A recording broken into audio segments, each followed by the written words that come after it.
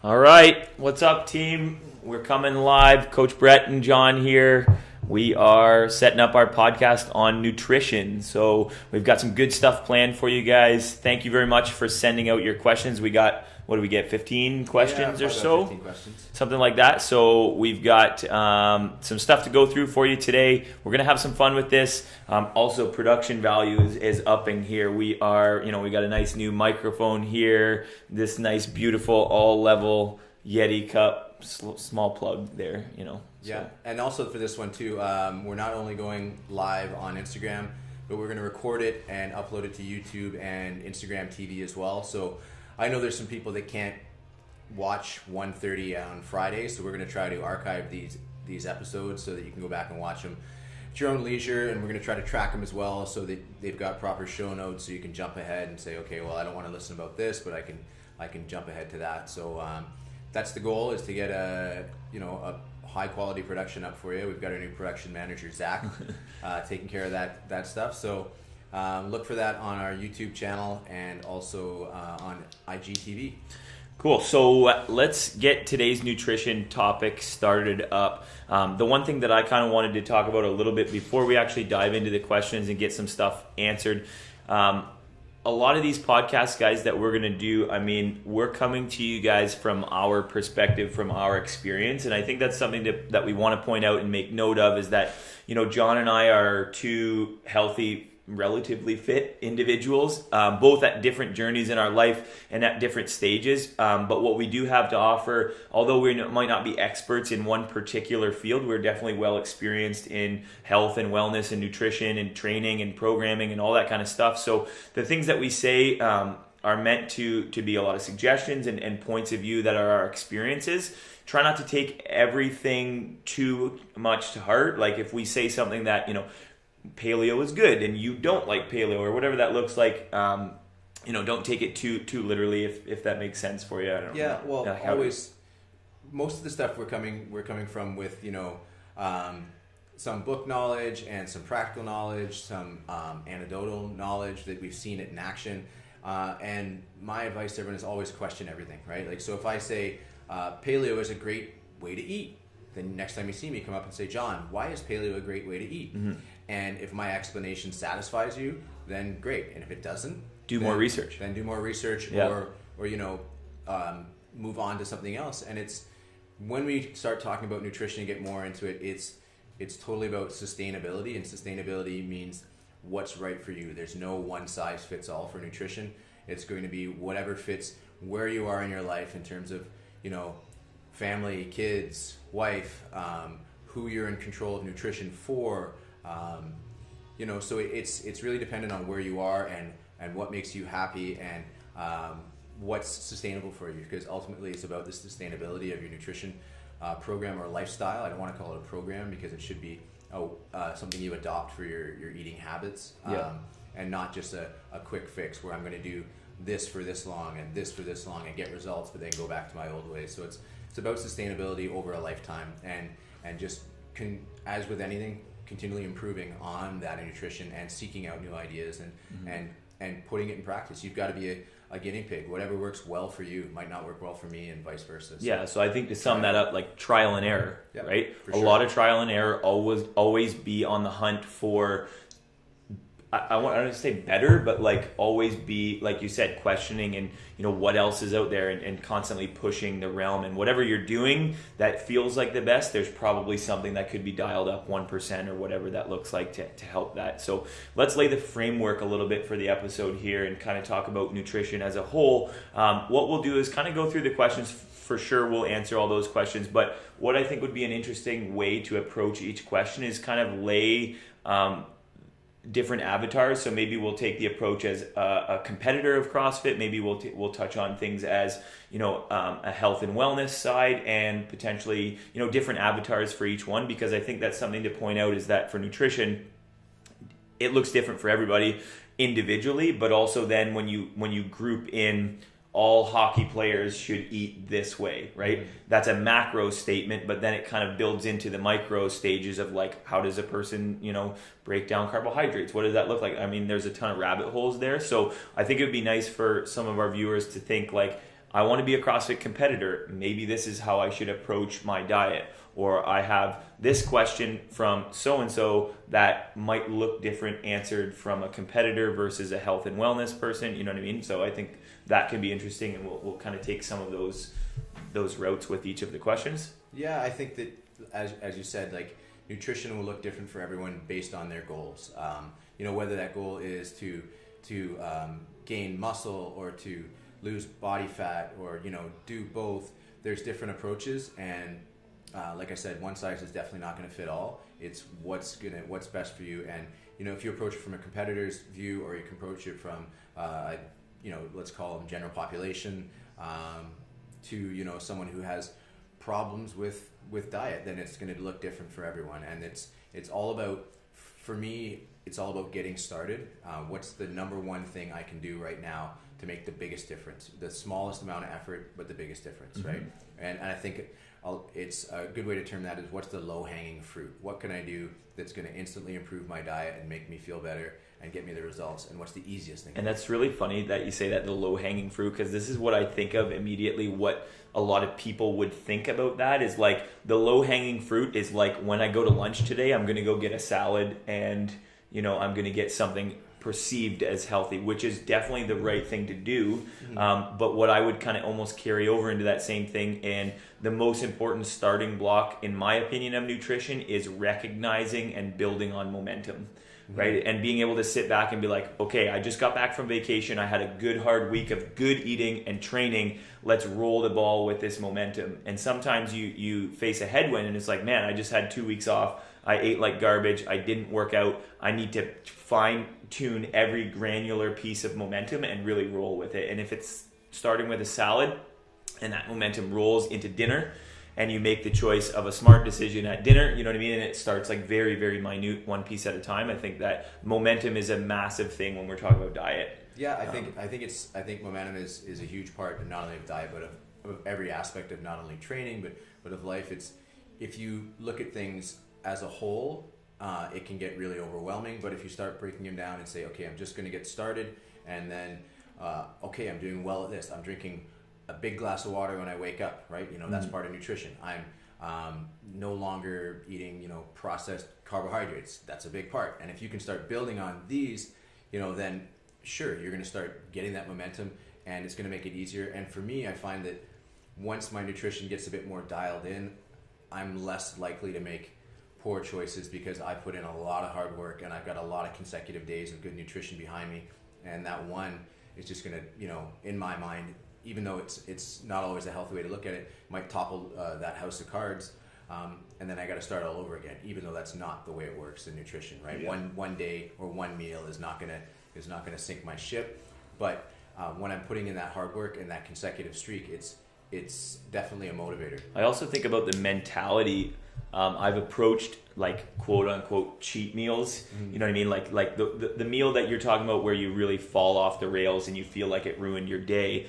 I feel like if you mentally approach that meal from a different perspective, like, hey man, I had 80% of my diet banged up today. I trained hard and I drank my water. I slept 9 hours last night. Like, I'm going to have this meal and I'm going to feel good about it. That mentality is way different than like, oh my God, here we go again. Like I caved and got McDonald's. And it's like, look at the two mentalities that you're talking about. One's growth mindset and positive and very, rewarding to yourself, versus the other one is like very negative, and it would have the snowball effect of potentially bringing you down, versus the other one is almost like, I don't want to say celebrating, but just giving yourself that off the hook. Yeah, I think that eating can be very tied to emotions, and I relayed a story to someone earlier today about how when I would drive to Toronto, with the kids and the dog and my wife, and it can be pretty stressful, having to stop like every rest station and whatever, the kids have to get out and do their stuff, and by the end of it I felt like I was stressed, I was tired, I deserved a cheat meal, I deserved to go and crush a Wendy's hamburger, I deserved to whatever it might be. It was usually a Wendy's hamburger. That was what I deserved for putting in that quote unquote hard work by driving 4.5 hours with a stationary car, with a car full of unwilling participants. So when you look at it emotionally based, like, are you overeating or hitting a cheat meal when you're tired, or you're angry, or you're lacking in sleep, or whatever it might be, then that's where it gets a little bit dangerous, because whenever you're tired or angry or whatever those emotions are, then you're going to feel like, yeah, I deserve this, or I need this, and then that's where things can kind of get a little out of control. But if you put it in the context that you did, where it's like, you know what, I'm going to go out with my friends, and they're probably going to have pizza and some beers, and I don't want to be the one who's going to pull out my Tupperware and order glasses of water while they do that. I'm going to enjoy myself, and I'm going to enjoy life and this social atmosphere and this interaction with my friends, and not have to worry about the other, exactly what my macros are and exactly what I'm eating. Then that makes it maybe less of an emotional response and more of like just having fun with friends, and I think that's the way that I want to frame it, because I don't want to have to feel like I'm obligated to eat something because of the way I feel. Yeah, and I think that coinciding with where we're kind of at, and things that I would advocate for clients and friends and family and things like that, is like, I'm going to strive for 99.9% of us. I'm going to strive to both teach physical fitness for like the general well-being of everything. I would also teach my nutrition the same way, is like, enjoy your life and don't be that person with the Tupperware. I think there is a place for those people that need to do that, for sure, and those that struggle with consistency and stuff like that might be what you need, and that's where you're at. But the reality of what I do and what we do is, what we try to be able to do is afford the luxury by eating 80% of the time and training 80% of the time hard, to allow that life to happen 20% of the time, where it's like, hey man, I'm going to get that Wendy's burger, I'm going to enjoy it, but I also know tomorrow I'll be back in the gym, I'll kind of pay for it a little bit, and then we'll balance back and forth there. And it's a really tug of war between you, the best decisions you can make for yourself, and the ones that you allow a little bit of slack in the line for. Yeah, for sure. Like, I'm still going to have, Saturday night, I'm going to enjoy a couple glasses of wine, and as I said, if I get into a social setting, there's a kid's birthday party this weekend, I'm going to have some cake. I'm not going to totally avoid those situations because out of fear that I'm going to fall off the wagon and ruin my eating or ruin my hard training. That's all part of a balanced and sustainable way of eating and life in general. I think is you can't be too. I heard a good quote, and I don't know where it came from, but if you're on any end of the extremes, whether it be in your training or it be in your eating, that's not sustainable, and at some point it's gonna show itself as not being sustainable. So try to be a little bit more balanced, and I think it'll be a better long-term solution. Yeah, I think some of the things to point out with that before we start rolling into our kind of topics for the day, but the reality is I know that at 8 p.m. every night before I go to bed, I crave something sweet or salty. And that's a very important thing to recognize and start understanding how potentially to combat those things. Yeah. Whether it be drink a full glass of water, or, have something salty but a very healthy, thing laid out for yourself, and understand and anticipate those things happening, because not only is that a neurological response, it's also a physiological response to like sugar craving at a particular time, and associated. It's almost like Pavlov's dog theory, when you hear the bell go off, or you see your pajamas go on, and it's like, okay, now I start watering at the mouth, wanting something salty or sweet or whatever. And that's definitely me.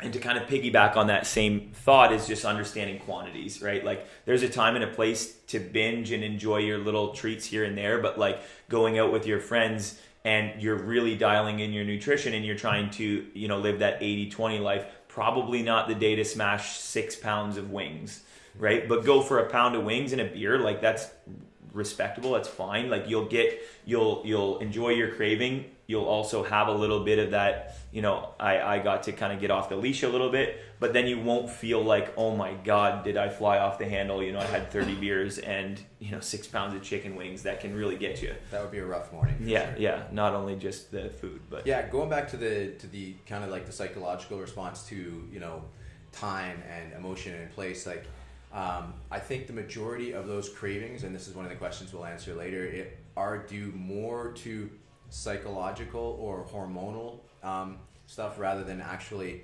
like hunger or needing whatever that food is. Like, I'll let you in on a weird little secret. I wake up in the middle of the night, let my dog out. You know, it's 1 o'clock, it's 3 o'clock, it's whatever time it is in the morning. I have to eat an apple. I eat an apple at 1 in the morning, and it's really hard for me to not do that. Now, is that something that I actually need? Is my body craving, you know, fructose or carbs or fiber or whatever it is in that apple? No, it's become a habit, and it's become a psychological response. Am I thirsty? Maybe, I don't know, but I'm still most of the time eat that apple rather than stay away from it. And it's strange, but it's become that psychological thing that I do. I get up, let the dog out, eat an apple. By the time I'm done the apple, dog comes back in, go back to bed, and you know, that's just become part of the habit. And that's something I don't want to keep going with, but Still buy apples but anymore. but they're still good. I think one thing to also kind of point out with the same type of thing, thinking about a lot of people associate eating with being bored as well too. Yes. And that's a big thing for me. When I finish my work day at about 4 p.m., I go home and I always say to my wife, Corey, I'm like, I cannot eat enough food right now. And I'm just sitting around doing nothing from the hours of like 4 p.m. to 9 p.m. And it just feels like I have 4 meals between 4 and 9 p.m. where my day starts at about 4:30, 5 o'clock in the morning, and I have maybe 3 meals until 4 p.m. So it's definitely that thing where it's like when you're moving and your body's in motion and you've got your brain working, you're not as hungry and you don't crave food as much. But then I stop and the wheels turn off, and all of a sudden my body just needs food until my belly hurts and I'm like laying in bed trying to go to sleep. You know, my stomach is so full. How many times do you catch yourself with the fridge open, just staring into it and doing nothing? You're not hungry. You know, there's nothing in there that you need / want, but you're just staring into the fridge, and it's just a habit. And it's, you know, like you said, I think that keeping busy helps keep that hunger at bay, or whatever that response is. Maybe it's not hunger, but yeah.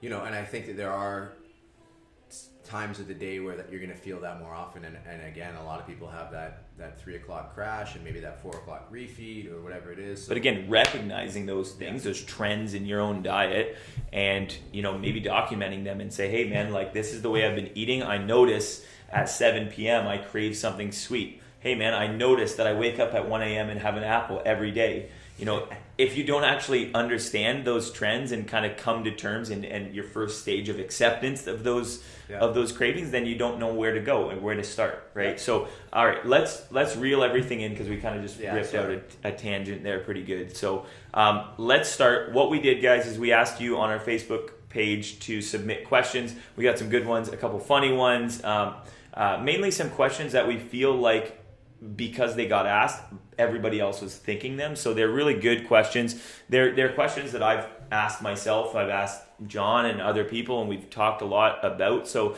it's going to be pretty good to talk about these ones. We'll say who asked the question. I think that's just nice to address them particularly, and then that way if you guys have questions, you might even associate, like Mike D's got a question, and maybe Sheila wanted to talk to Mike D about the same question and some struggles or some successes they've had. I think that'll be nice to do that. Not that we're calling you out or anything like that. We're just kind of helping bring context to the question itself. Mike D, we are calling you out. You asked for the accountability, so yeah. And the good thing about the community we have too, and I think this was really well put by Jim Pegg at one point. He said it takes a village to raise a child. Well, it takes this community to help push everybody forward. And did you say that on our last podcast too? Probably, yeah. I really like that. But you know, we're all here to keep each other accountable and keep each other moving in the right direction. So I think that once you say something and you put it out there, then the community can say, hey, you know, that bag of Doritos is not doing you any favors, or whatever it's going to be, right? Like that can of pop is not what you should be having right now. So lean on the community. Lean on the community to help. Lean on your coaches to help. Lean on your friends to help. That's where some of that accountability, and we'll talk about that after it comes in, but don't be afraid to. I'm pretty sure almost everybody in the gym has somewhat common goals in terms of nutrition and probably runs into the same problems. So getting that discourse open and that discussion going is only going to help everybody. So don't be afraid to put it out there, whatever the question is, however simple or you know, insignificant you think it might be. Someone else is definitely thinking that. So in future episodes too, for future podcasts, don't be afraid to ask anything. We'll try to get to it. So why don't we do this? Let's go through each question. Yeah. If some of the answers overlap, let's not jump from question to question. We'll stay with the particular person. We'll come back. If we've mentioned something, maybe we'll pick up a little bit more on it and go from there. So Sure. Cool. So the first question that we got, guys, is Mike Doust asked, are there ideas for meal prep and how to stay on track? Now, that's a pretty broad subject, and meal prep is kind of like a hot social topic nowadays. There's a lot of different things you might see people doing. Mac and I kind of, when we were preparing for this episode, kind of came together, and we definitely have similar strategies. So we'll share what we kind of do, but then also objectively, maybe we'll share some do's and don'ts of what we think in terms of meal prep and how you would stay on track. Yeah, with meal prep, again, it's what works for you. I mean, some people, those, maybe it's type A personality people that are content and happy, and they're really, really structured in prepping meals for the whole 7 days with labels on them and color-coded Tupperware and stuff is the way they can move forward. And I don't want to say that's the wrong way, because it's not the wrong way. Any way that works for you is the right way, but some of the stuff that we've experienced and works well for us is what we'll talk about, and maybe we can touch on some stuff that maybe hasn't worked so well for us but may work well for others. So again, we're not here to say our way or one way is the best way, just the stuff that we have more experience with. So when I saw Mike D's question, he basically asked what to meal prep, how to meal prep, and accountability. So it's almost like a 3-stage question. So I kind of broke it down into those three separate questions and said, what to meal prep? Well, meal prep. What is meal prep? Well, meal prep is preparing meals in advance so that you don't make bad choices by saying, I don't have anything to eat for lunch, so I'm going to go to McDonald's, or I don't have anything to eat for lunch, so I'm going to eat whatever is close at hand, because you are legitimately hungry and whatever's around is probably going to get eaten. I think with that, I just want to point out one thing. The preparation of meal prep, you have to understand what you're preparing for. Well, that's right? what yeah. You know what I mean? Like when Mike says what, you're prepping meals that are going to cover your nutrition requirements, right? So eat a variety of predominantly whole unprocessed foods.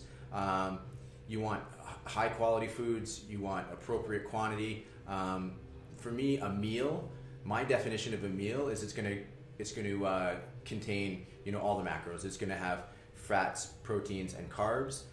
Sometimes snacks, for me, like I kind of categorize those differently, don't necessarily have all the macros. Like, I'm going to eat an apple, that's a snack. It's not going to contain any fat. You'll have, you're going to have some carbs and maybe a minute amount of protein, but that's a snack. A meal has all three of those in a decent balance, right? So everyone's seen the internet memes of someone meal prepping with like a can of Coke and a piece of pizza, and that's not appropriate meal prep. But technically speaking, that is a meal prep because you're preparing a meal. But for us, as we speak about meal prep, then I think we're talking about again, high quality foods, appropriate quantity, mostly unprocessed, covering your macronutrient balance for whatever that meal should contain for you, protein, fats, and carbs. Yeah, and without going on the rabbit holes of how much is the right quantity, all that kind of stuff, like you should definitely seek out nutritional help in further extents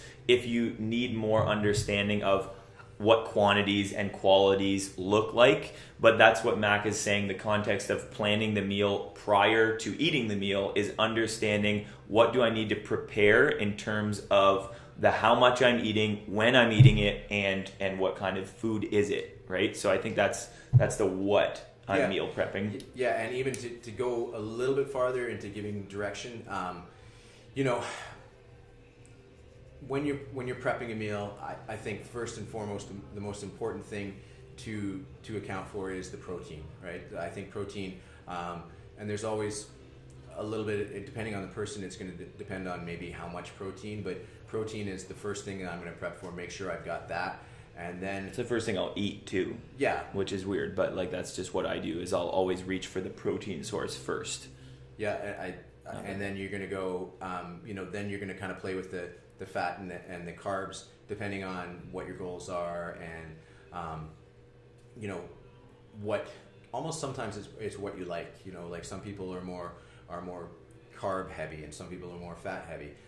But I think protein is kind of the non-negotiable one. I actually really like that because it brings to mind a thought for me is like a brand new beginner for meal prepping. Maybe your early strategies to start are just straight up not worrying about the qualities, quantities, or anything. It's just like plan meals that you like and learn how to plan them ahead of time, because that's part of the battle. Like, do you cook 7 meals that last 2 days? Do you cook 9 meals that last 2 days? And just like understanding, like, you know, how many Tupperwares do I use? What kind of Tupperwares do you guys, you know, like, what does that look like? That would be a really nice stage 1 for somebody. Cook your favorite 3 meals that last 3 days. And I think the key thing that you said there that we didn't really touch on is cook your favorite 3 meals. Right. So you're not going to like pop in a store-bought lasagna, or you're not going to make, you know, pizza pockets or whatever it is for your meal prep, or even, you know, what seems like a healthy packaged and processed food.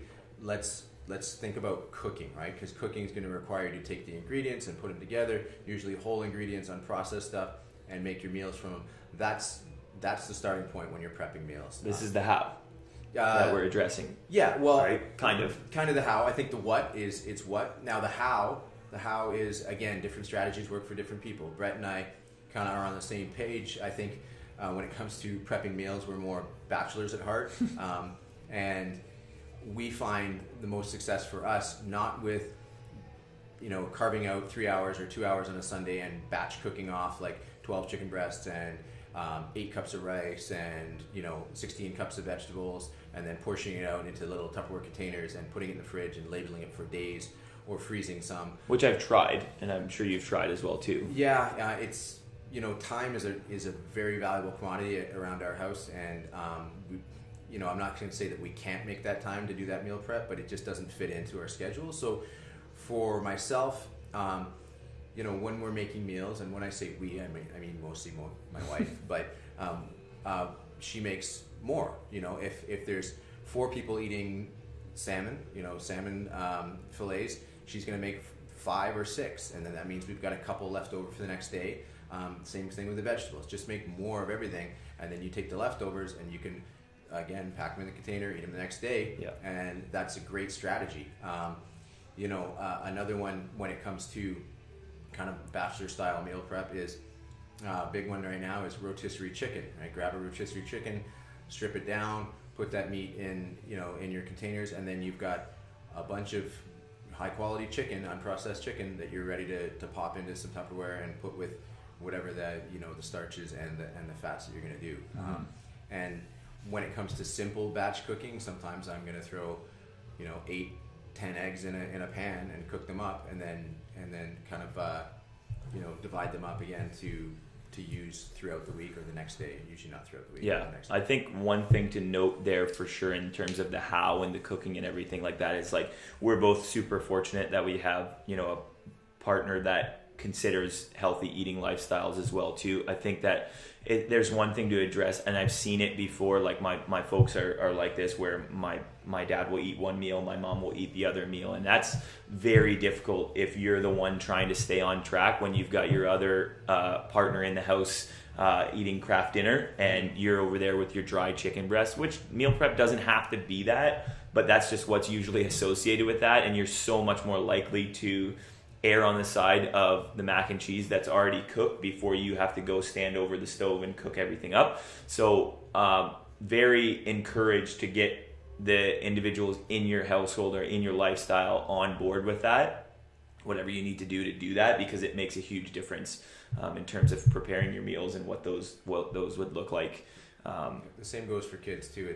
It's I know it's pretty common, and I've definitely resorted to it before too, is having one meal for myself and my wife, and then something else for the kids, because we just think, oh, there's no way they're going to eat this. But, you know, if you find stuff that works and you really want to set the tone for healthy eating with your kids as well, and so you're not making 2 or 3 different meals, but it doesn't have to be meal prep, doesn't have to be, you know, bland and tasteless. It can be delicious, you know, and there's just I think you have to have a roster of recipes that work for you and just kind of cycle through them. I think the one thing that for me, so to touch on personally, my own meal prepping looks exactly the same way as Max. My wife cooks extra of whatever we're having the night before, and generally speaking, that extra makes my lunch tomorrow, because lunch is generally the hardest one to actually fit into my schedule based on my work schedule and training and that kind of stuff. For breakfast, I pretty much eat the exact same thing every morning. On the way to the gym, I'll have a quad shot of espresso sometimes,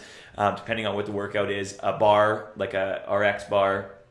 I'll finish my workout, have some sort of fruit, some sort of protein, quick little grab and goes. Then I have my lunch that was previous dinner from last night, or somewhat of a mass prep from a few days before, or whatever that looks like. And then my work day is done at about 4 or 5 o'clock, and I head for home, where I know that we've got extra chicken laying around, we've got an extra cup of broccoli laying around, or whatever that looks like for that day, that I can then make my meal in that sense that works for that. Or I'm fortunate enough to come home, my wife's got dinner considered. So really, when I actually break it down, I only need one meal prepped per day.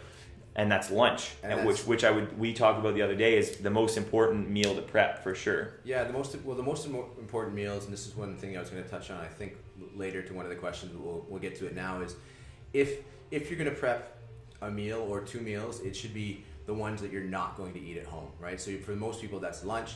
Depending on how early you get up and what your day looks like right off the bat, maybe you're coming right to the gym and working out 5:30 a.m.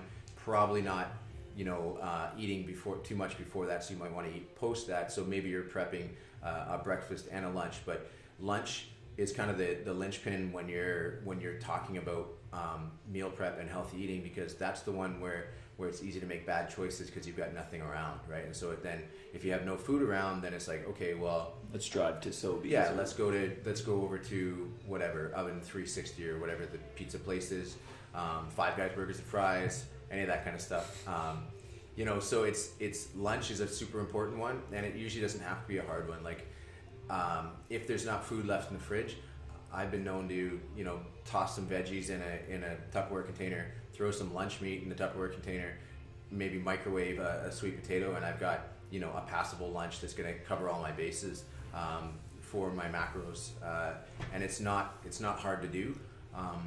And it doesn't take any time at all. Like those are kind of some of the little hacks that I use if I get caught, if there's nothing left over from the night before, I don't have anything in the fridge, I can kind of put something together quickly that I know is going to satisfy me and be, somewhat healthy for lunch. But that's a really important thing to note about your meal prep, is it's not just about these beautiful 5 containers of dinners. Is a large aspect to our meal prep is what I'll just dub the life vest, the safety valve of our meal prep, which is we love no antibiotic and like no hormones added or any like crazy stuff, just straight turkey breasts, deli turkey breasts, bare chicken or chicken thighs, and then some sort of either bacon or pork or something like that. I like fattier meats, so having just straight protein around. When in doubt, my snack would be like 100 grams of turkey, and that's at least going to keep me a little bit full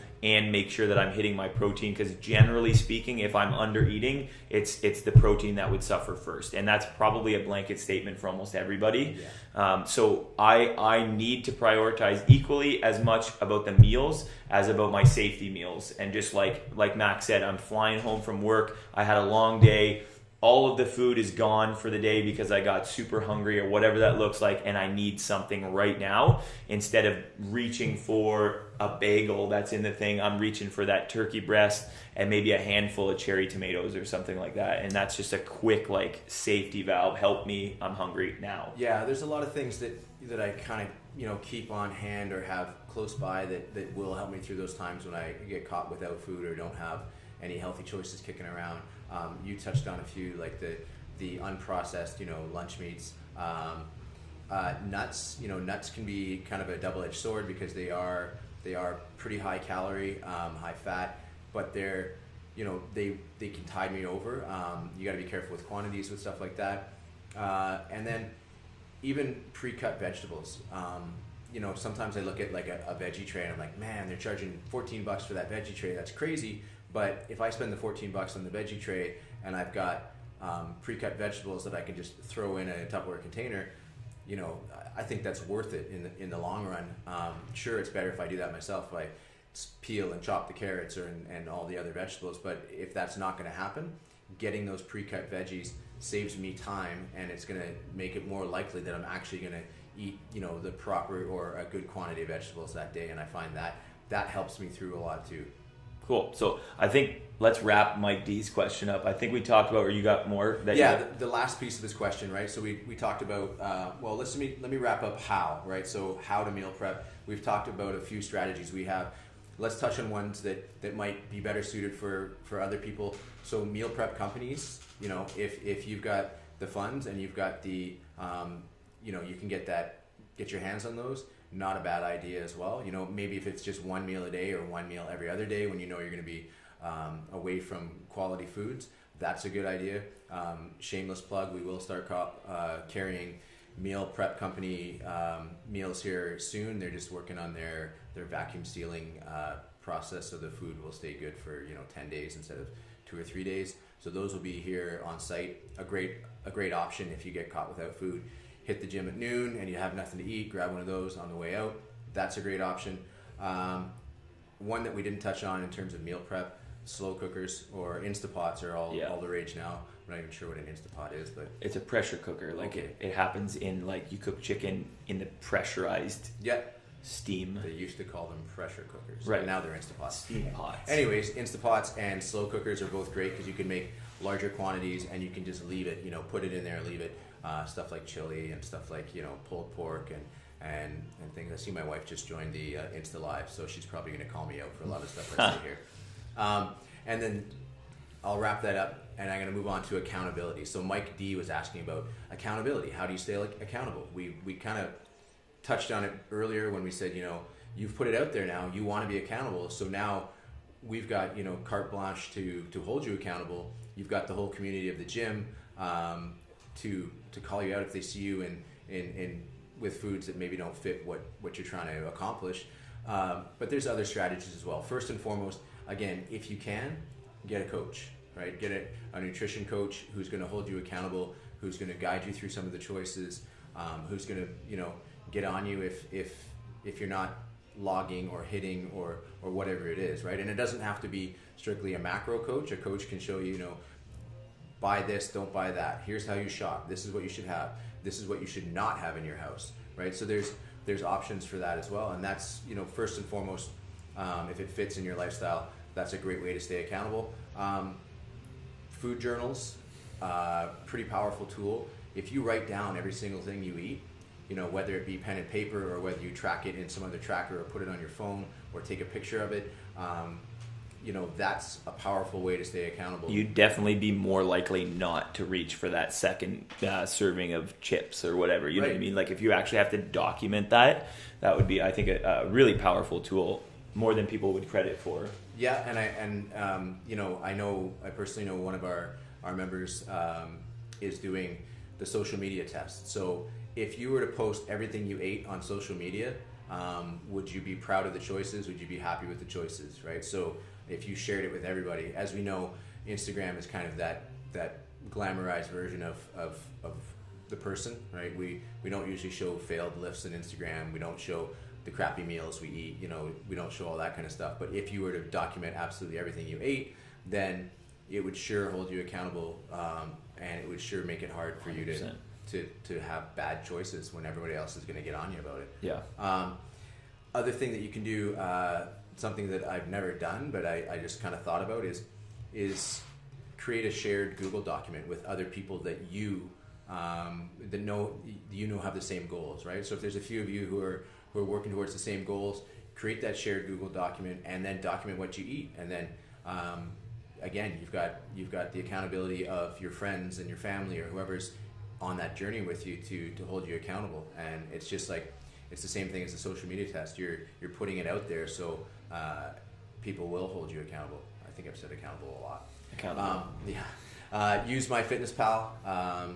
You know, I'm not great at tracking all the time, but every once in a while I will track for a couple of days to see where I am. Use it as a snapshot or yardstick. I just feel with that though, like I'm super supportive. MyFitnessPal is a fantastic tool, but I feel like that's one of those things that's kind of like having a Ferrari but not knowing how to drive. So if you don't understand what you're looking for, how to properly like it's a very like front loaded thing. I need to have some pretty good knowledge of like A, what am I looking at? B, what's the point of this?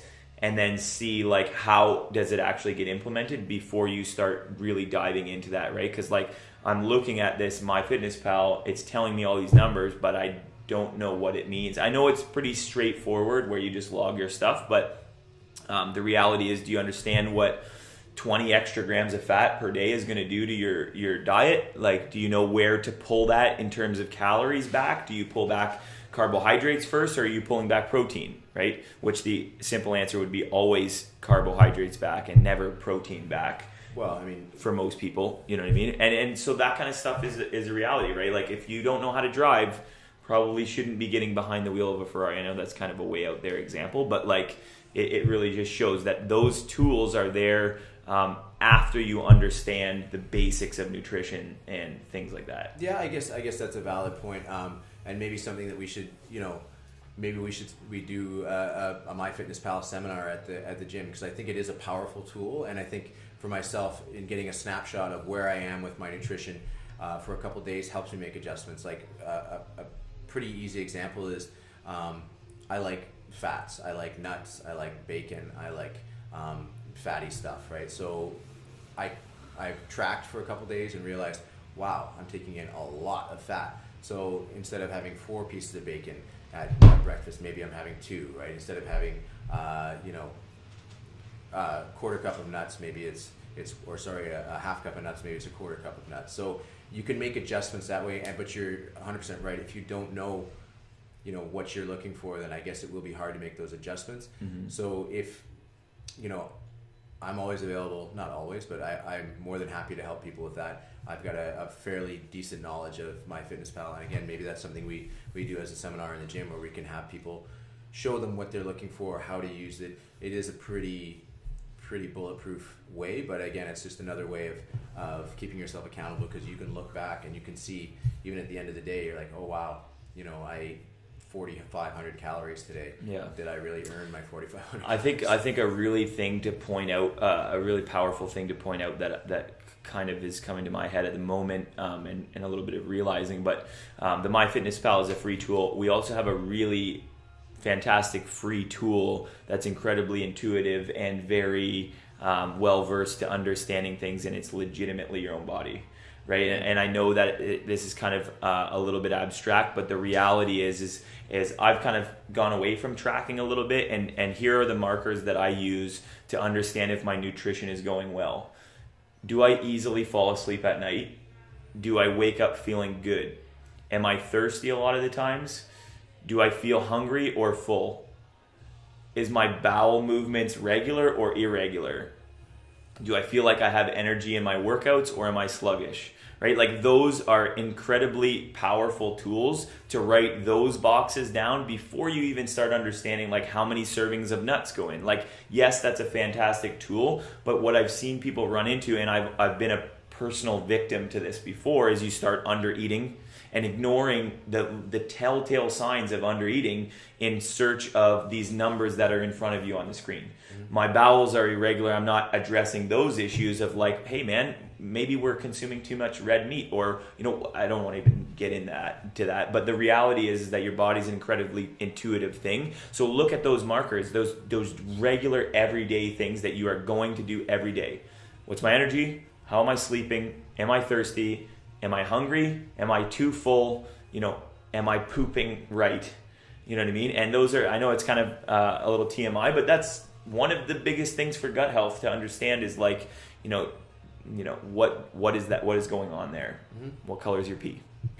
And the last thing, I'll wrap up the kind of the accountability part of that, is again, it goes back to that 80-20 rule. Don't try to be perfect. If you have a quote unquote bad day, or you have a day where you're just having fun with friends, your backyard barbecue, don't let it derail you. It's just a little bump. a little bump in the road and get back on track, and I think you'll be all right. Nice. Cool. So I like that. Hopefully, Mike D, that helps you. Guys, hopefully that gives you some strategies. We kind of ping-ponged into left field and different things like that. I think it was good and it worked well. Let's move on. I kind of want to switch gears, and I'll throw one at you, not in the right order here, but I want to throw Matt Segan's question out of, it was pre-WOD meals and what to eat before a WOD. Now, just to kind of lay the context and understand what Matt's asking is we're kind of reaching out and talking in the scope of CrossFit, right? And what we coach and the demands of things that we would need inside the gym. I think we could probably address it that way and make some blanket statements, I would say. But we'll talk about what to eat prior to the workout. And just because we're talking about prior, we should also talk about post-workout as well too. Yeah, so. I know that's a big question we get a lot is pre and post workout nutrition. Just to kind of, like you said, put this in context, if Matt, if you're talking about what should I eat as a meal pre-workout, depending on how far ahead, I know that I don't do well with eating a big full meal, as I call them, of protein, fat, and carbs. Anywhere, I've got to be outside of that 2-hour window of working out, or else I just don't feel right. I feel sluggish. I feel like, there's a lot of food in my belly. But if we're talking, within that 2-hour window prior to working out, or even within that 1-hour window, then, I think we're talking about a little bit of protein, some carbs, stay away from the fats. And why? Fats slow things down, right? They slow down digestion. It slows things down, absorption. So it'll take longer for those carbohydrates to get broken down and get released into your bloodstream as glucose and give you that fuel that you need for the workout. So fats are going to slow things down. A little bit of protein, sufficient amount of carbs. Sufficient is a pretty vague term, but it just depends on your size as an athlete and what your goals are, and how many times you're training a day. How much work are you doing that day? Exactly. Like your carbohydrates pre-workout for Murph might look different from your carbohydrates pre-workout for Fran. Yeah, definitely. So I mean, right? That you can always break things down to that. But again, pre-workout, we're looking at easily digestible carbohydrate sources, right? So you don't want to have a ton of fiber in there, because fiber again slows things down. So stuff like, if you're gonna have white rice, or you're going to have sweet potatoes, or you're going to have regular potatoes, pre-workout, within an hour and a little bit over an hour is something you want to hit up. Have a little bit of protein, easily digestible protein, depending on where you are in terms of lactose and dairy. Like, having some yogurt is not a bad idea pre as well. But you want to have that sufficient amount of carbs. We're talking probably minimum 25 grams, probably, depending on, again, yourself, maximum maybe up to 75 grams. Yeah. Again, work dependent, but you can have the simpler sugars pre-workout. Simpler meaning, stuff like, I'm not telling you to go out and eat Rice Krispies, but stuff like cereal and oatmeal. It does have a lot of fiber, but yeah, cereal and oatmeal and granola, that would be the time to do it, where it can get digested quickly and get into your bloodstream. And the window that I would probably recommend that is like 60 to 90 minutes before, for sure, before exercises. And before we kind of jump a little bit further about pre-WOD, I think one of the best strategies you could do to approach your nutrition, I feel like so many people struggle understanding, is my diet actually working? Am I feeling more fueled, or this, that, and all that kind of stuff, and actually making assessments, is because based on their life schedules, they train at different times a day. And your nutrition prior to a workout today that you worked out at 5 p.m. is 3 to 4 meals, or potentially, snacks in between or whatever. And then tomorrow you turn around less than 15 hours later and trained at 6:30 in the morning.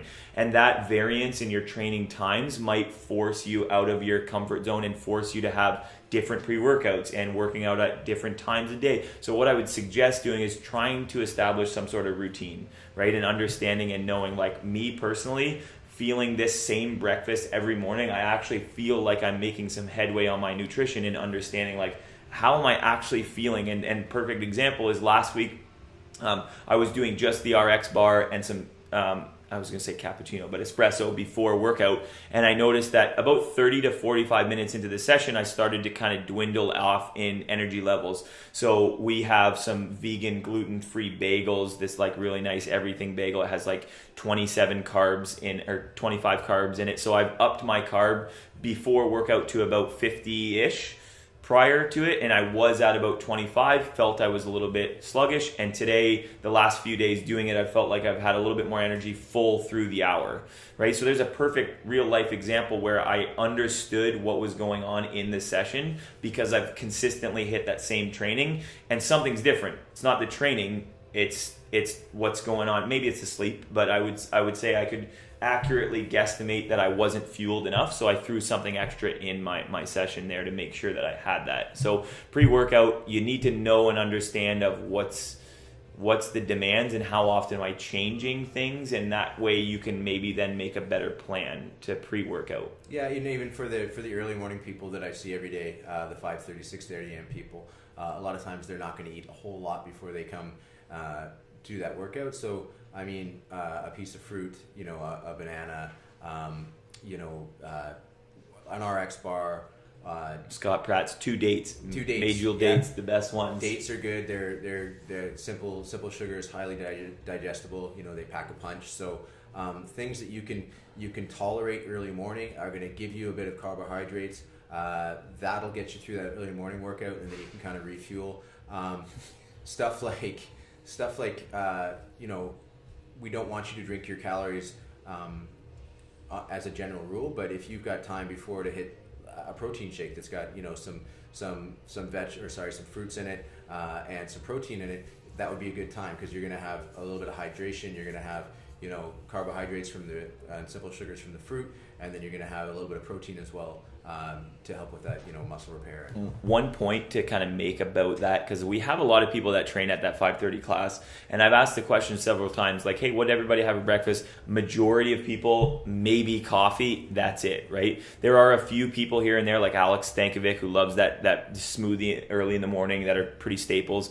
But the reality is once you can get past that, like, I can't eat because my stomach gets weird, I'm telling you, you've never felt like what good pre-WOD nutrition feels like when you're feeling fueled from your gasoline that you put in the tank. Because if you're constantly like, I don't want to eat because I might throw up, or whatever that might feel like for you, if you can get past that and actually see the benefits of what that small banana or that half a cup of oats would actually do to your performance inside the gym, you'll start to be like, man, I don't care that my stomach feels a little bit weird here early in the morning. I'm going to get this down because I know that my engine needs some fuel, right? And you'll understand that there's a reason why you're meant to have nutrition in your belly and things in your belly before you work out, and not fasting for 8-10 hours. Yeah, I mean I that's kind of again crazy statement.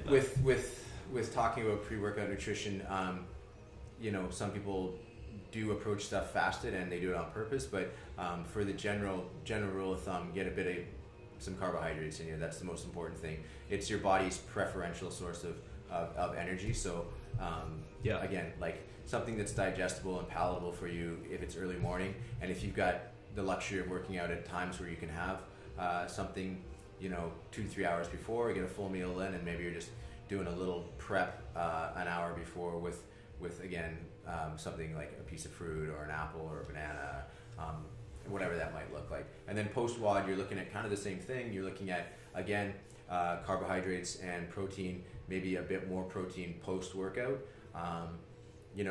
Pre-workout, I'd say protein, maybe you're topping out at 15 grams, and then post you're looking at upwards of 40 to 60. Well, I'd say somewhere in the 25 to 40 range maybe for protein post workout. Again, fats are something that's going to slow things down a little bit. So you kind of want to stay away from that right before and right after workouts.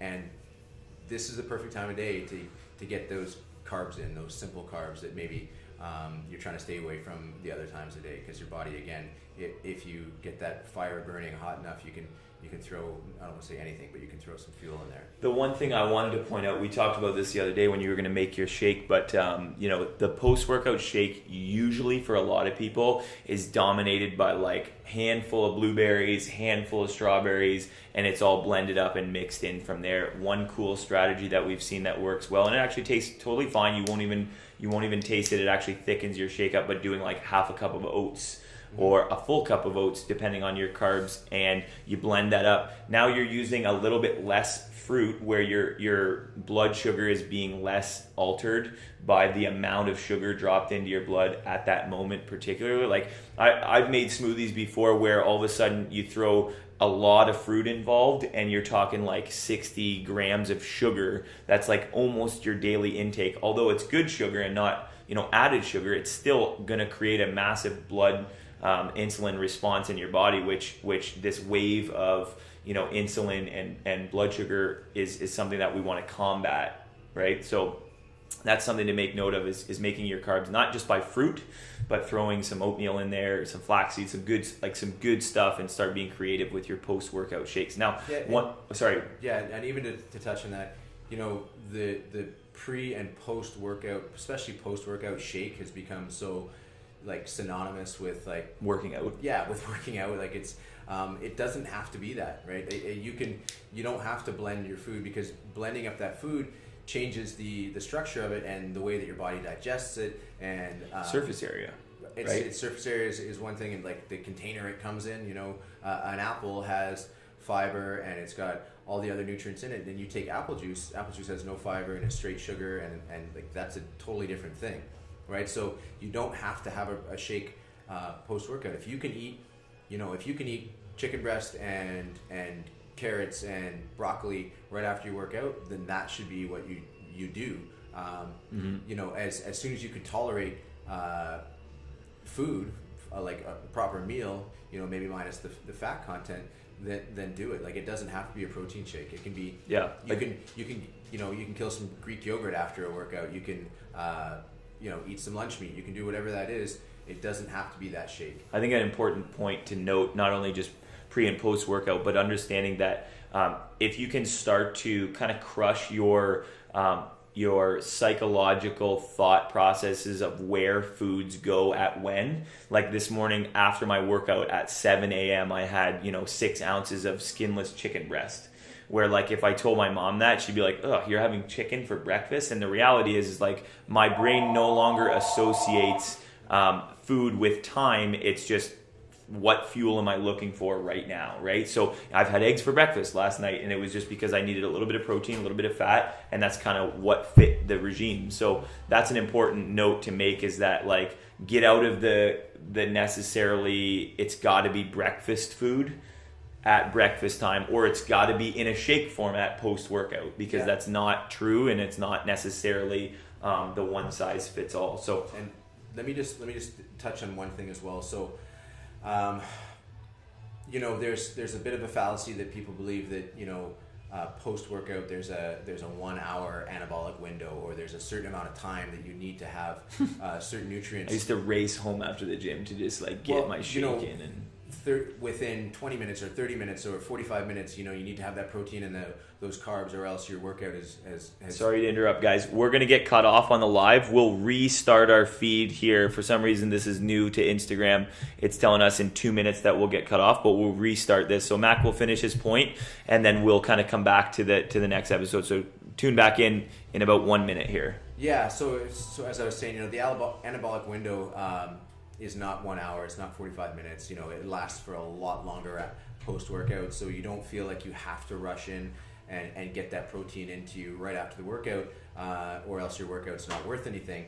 And the other thing is that I want to really hammer home and touch on here is that the quantity of carbs and protein you get pre and post-workout is I don't want to say insignificant, but it's a lot less important than are you getting enough protein in during the day, your total quantity of protein, and are you doing that on a consistent basis, day after day? So if I get 30 grams of protein post-workout every day, but the rest of my day I'm getting not enough protein overall, then that doesn't matter, right? That 30 grams that I'm getting post-workout every day doesn't matter if my overall protein intake for the day is lacking.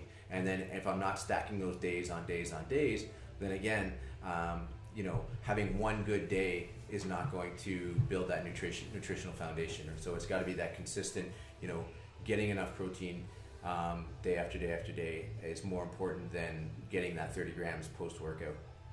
Okay, so we're going to restart this up here, guys. We're going to cut this live feed and then restart one. So if you're enjoying it, you want to continue to tune on, just jump back on here in about 30 seconds.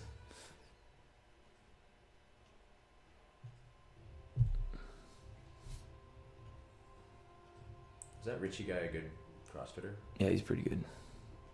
So we can move on to the other one. All right, thanks, guys. So quickly, just taking a short break, coming back in. So we just talked about Matt Segan's question about the pre-WOD meals. We had talked about Mike D's strategies for meal prep, all that good stuff. So thanks for coming back, guys. We appreciate the quick little break there. Let's do the fun one. Let's do Zach Mack's question about. Zach asked, if you were stranded on a deserted island and you could only meal prep one meal for the rest of your life, what would that meal be? Now, I'm going to assume that I've got to eat this meal every time I'm hungry, and I've got to assume that, I guess that's the only thing we'll assume. It's got to be hungry. I thought it was a dessert island. So dessert island. So you're just filled with chocolate cheesecake. Not like parfaits. Jana's treats. I would live on that island. I'll take that island, yeah. Yeah. So, you want to start? Yeah. Do you want to get Mama McFreeze on there? I don't know. She does this every time. Like, okay. We're good. So, I've got two answers for Zach's question. There's one that's probably the right one if we're talking about, being healthy and living a long time and thriving. Oh, I didn't even think about that. Thriving on this deserted island. And that would be, and it's really delicious, and I do really enjoy it a lot. I actually had it for dinner last night. A baked salmon, baked sweet potato, and roasted cauliflower. Really, I could eat that almost every day, and it really covers a lot of the bases. You got your good fats in your salmon. You got your protein. You got your carbs from both your sweet potato and your broccoli. So that's one that I could eat. And regardless of the hour, like I'm kind of with Brett on this one. I don't necessarily need to eat breakfast foods at breakfast and dinner foods at dinner and lunch foods like whatever that might be, a sandwich or a submarine sandwich at lunch. I can eat food at any time. So that would be my right answer. Now the answer I would probably give if you put some pressure on me is bacon and eggs, because I really love bacon and eggs and I could eat that a lot. Now the only thing that bacon and eggs is missing is some carbs, a carbohydrate source. So I'd probably throw in some blueberries or some fruit with that. And what about some like hash brown potatoes? Well, yeah, I'm trying to be good here, right? I'm trying to be somewhat good, so I would stay away. Well, this is your bad answer, though. It's not bad. It's like reality answer. Yeah. So reality is bacon and eggs and some fruit, and I could eat that. We're not really talking about. We haven't considered what kind of cooking utensils we have on this deserted island. So this is kind of a loaded question. Like, how can we prepare these meals? Like, what does it look like? Because if you could do bacon and eggs, one day you could do eggs Benedict, and but you have to choose one. Okay, so it's got to be the exact same prepared meal. All right, so mine, I like where you headed with that one. I would do a salad as my for sure go-to. I want like a loaded salad with some protein source. So let's call it chicken, just because chicken I like a lot. So I would do chicken. I would do I like chicken a lot. A lot of like mixed greens and leafy greens, so spinach, arugula, kale, all that good stuff. Then I would go a ton of nuts. So just every kind of nut you want to throw on there: cashews, almonds, pecans. Crumble them up. And then I would do some sort of cranberries and possibly like some diced roasted sweet potatoes, and then just throw it in some olive oil and some balsamic, and like I'm good with that. So we got carbs, protein, and fat with a lot of micronutrients in terms of the vegetables. Now, I'd love to see what kind of daily health benefits or repercussions you'd have from eating leafy greens on every single meal of the day. Like I feel like my bowels would be in a weird place. Talking about your bowels a lot. Yeah. So But to kind of take that question and maybe expand upon it so that it's got a bit more meat behind it. Let's just say meat behind it. Is when you're eating the same thing every day, you're definitely missing out on some micronutrients, right? Because you're probably not, although that salad sounds like it might cover all the bases, because it sounded like a very delicious salad, and I would definitely have you on my island if I could, making that salad. But if you're eating the same thing every day, if I eat bacon and eggs every day, I'm definitely not getting all the micronutrients I need because I'm eating the same thing. Well, also your body would be super accustomed to breaking down the same nutrients. It would lack a lot. Yeah, well, I'd be lacking fiber. I'd be lacking, a lot of nutrients. So the best way to do that is to eat a varied diet. We talk about when you're eating vegetables or fruits about eating the rainbow, right? Try to eat 2 to 3 to 4 to 5 different colors of vegetables or fruit a day, because different vegetables and different fruits have different nutrients associated with them. So, I mean, the varied and variety is not only going to stop you, and this will touch, and this is kind of going to get into one of the questions we have later, but we'll play into the sustainability of your diet, and we'll play into the overall health of your diet. Again, having chicken breast and rice every day, you're going to maybe cover your macronutrients, but not cover your micronutrients. And just to kind of to lay that out, macronutrients are carbs and fats and proteins, and micronutrients are basically vitamins and minerals. That's the stuff that you're going to get. You will get it from meat sources and carbs and vegetables, but mostly from vegetables and fruits and meat. So you need to vary those sources so that you can cover all those bases. Cool. Good answer. That's a good one. Okay. Where do you want to head next? I would say do. Let's touch on, because Chelsea D, Mike D's wife, talked about how you can make meal prep not boring and eating the same thing every day. And I think we kind of touched on that with the earlier stuff about if you're eating leftovers, then hopefully you're not eating the same thing every day. You don't want to eat the same thing every day. You really don't, for the reasons I just kind of laid out there. That you're not going to cover all your micronutrient sources and maybe not even all your macronutrient sources. And the other thing that eating the same thing every day can do is it can contribute to something called palate fatigue, right? So I know that if I eat the same thing too much, eventually there's just a point where I don't want to eat that anymore. And it happens to me, strange enough, with turkey breast. So if I eat turkey breast a lot, like turkey breast lunch meat, then at a certain point I'm just like, I cannot eat any more turkey breast. And it's like you've got this beautifully pre-packaged meal of turkey breast, and you're like, "Hey, let's go get Five Guys." It seems repulsive to me, even though I know it's not, and I've been eating it for 2 weeks straight. So that palate fatigue can contribute to you not wanting to keep going with that healthy eating, and it plays into that sustainability as well. Whereas if it's, you could be extreme for a while, but after a period. The wheels are gonna fall off, and then that's where you get that kind of like, well, I tried, but it didn't work, didn't stick, and I think that goes a lot to that sustainability piece. So, Chelsea, kind of to dance around your answer, where how do you not make it boring? Well, you don't cook the same thing every day. You try to find either a rotation of stuff, or you try to find, things that that you like, and that Mike likes, and that Peyton likes, your daughter, and try to get those in a rotation where it's not going to be the same stuff, because it doesn't have to be. It doesn't have to be chicken and rice. It doesn't have to be whatever it's going to be. But also, I really like that. It's something that like accommodates to the different palates, right? Like I love me some good like warm meal of like some potatoes and steak, but then maybe to combat that later in the evening, I'll have a cold salad. You know what I mean? With refrigerated turkey breast and cool vegetables. So it's like that warmed up microwave chicken and rice,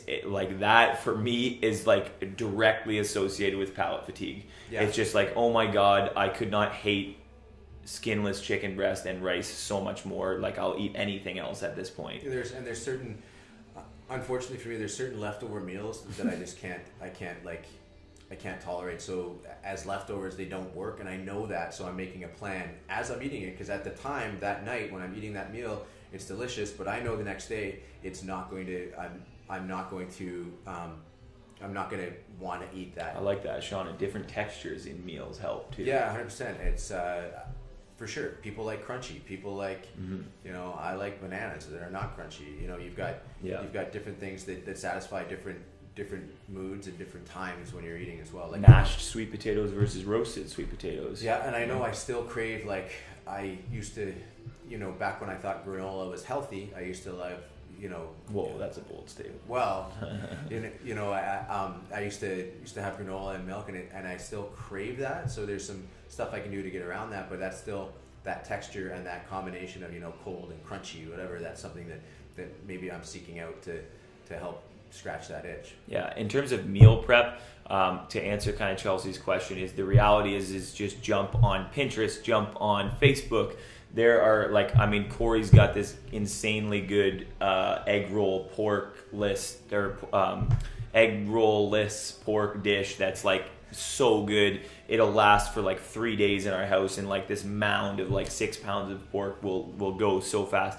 Something like that where you check in on your resources, and all of a sudden you find 3 new meals that you really love.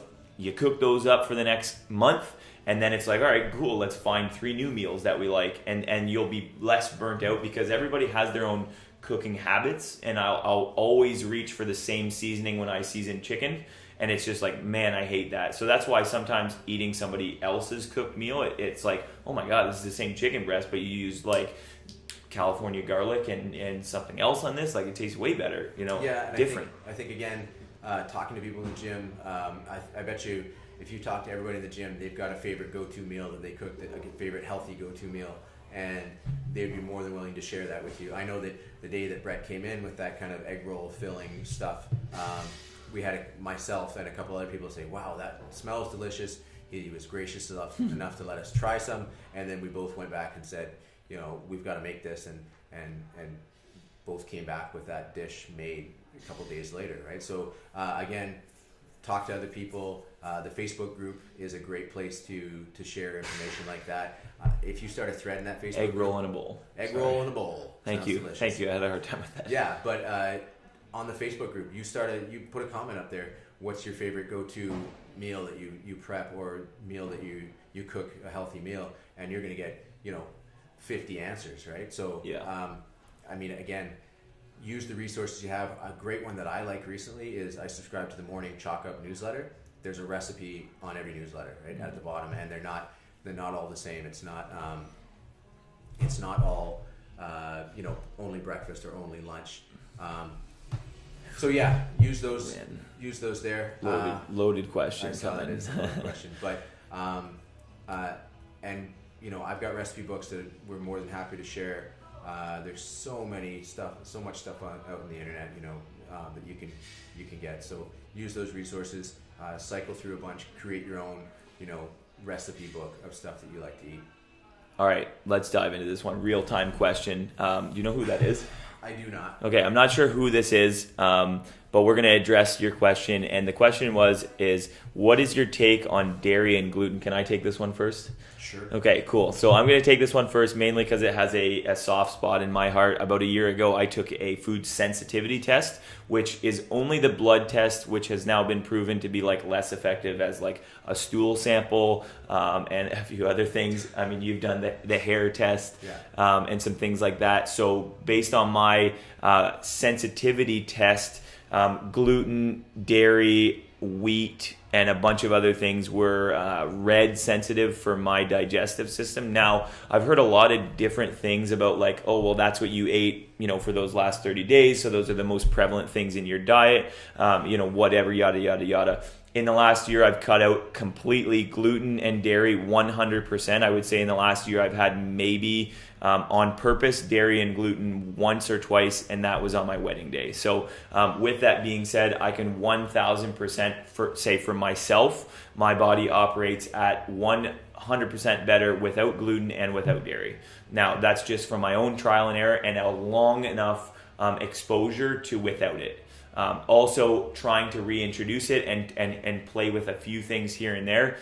Things like my skin, my digestive system, bowels included, and all that kind of stuff were immediate in terms of the dairy, which is just a big thing anyways when you do research on skin and things like that. But then the 100% on the gluten is accidentally I've had gluten in different things here and there, which if you go gluten free, you'll come to realize gluten is in everything. And essentially I can feel it all the way from like coming in through my hands start to swell up, and then I feel like my knees and my elbows and my joints just feel like if they were to have a little bit more fluid in them, and that would be the easiest way I would describe the sensation. My skin almost feels thicker, and that's legitimately in real time. Like I've had that before. I'll eat the gluten at the table, kind of speculate whether it's in it, and then by the time I'm standing up from dinner, I can know exactly that went into my system. So that's my take on it. I would say if you're looking to lose weight, stay lean, and build optimal performance, I would just cut gluten and dairy 100% from it.